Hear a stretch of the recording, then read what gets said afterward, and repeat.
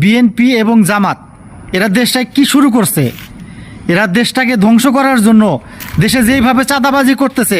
কিছুক্ষণ আগে ডিবিসি নিউজের একটি নিউজ ফিডে দেখলাম চট্টগ্রামের একজন জাহাজের কর্মীকে আটকিয়ে তার নামে মিথ্যা মামলা দিয়ে 15 লাখ টাকা চাঁদা দাবি করছে এবং 10 লাখ টাকা ক্যাশ টাকা চাঁদা নিছে তার কাছ থেকে।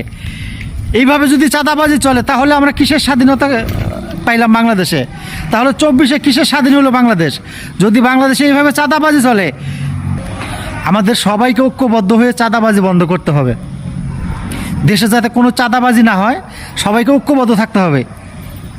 প্রত্যেকটা স্থানীয় নাগরিককে চাঁদাবাজির জন্য রুখে দাঁড়াতে হবে। যারা চাঁদা চাইতে আসবে, যারা মানুষকে মিথ্যা মামলা দেবে, এবং থানা পুলিশ যারা এই মিথ্যা মামলা দেওয়ার জন্য যেসব থানা পুলিশের কাজ করতেছে, যেসব পুলিশ সদস্যরা মানুষকে মিথ্যাভাবে মামলা দিয়ে হয়রানি করতেছে, তাদের বিরুদ্ধে ব্যবস্থা নিতে হবে।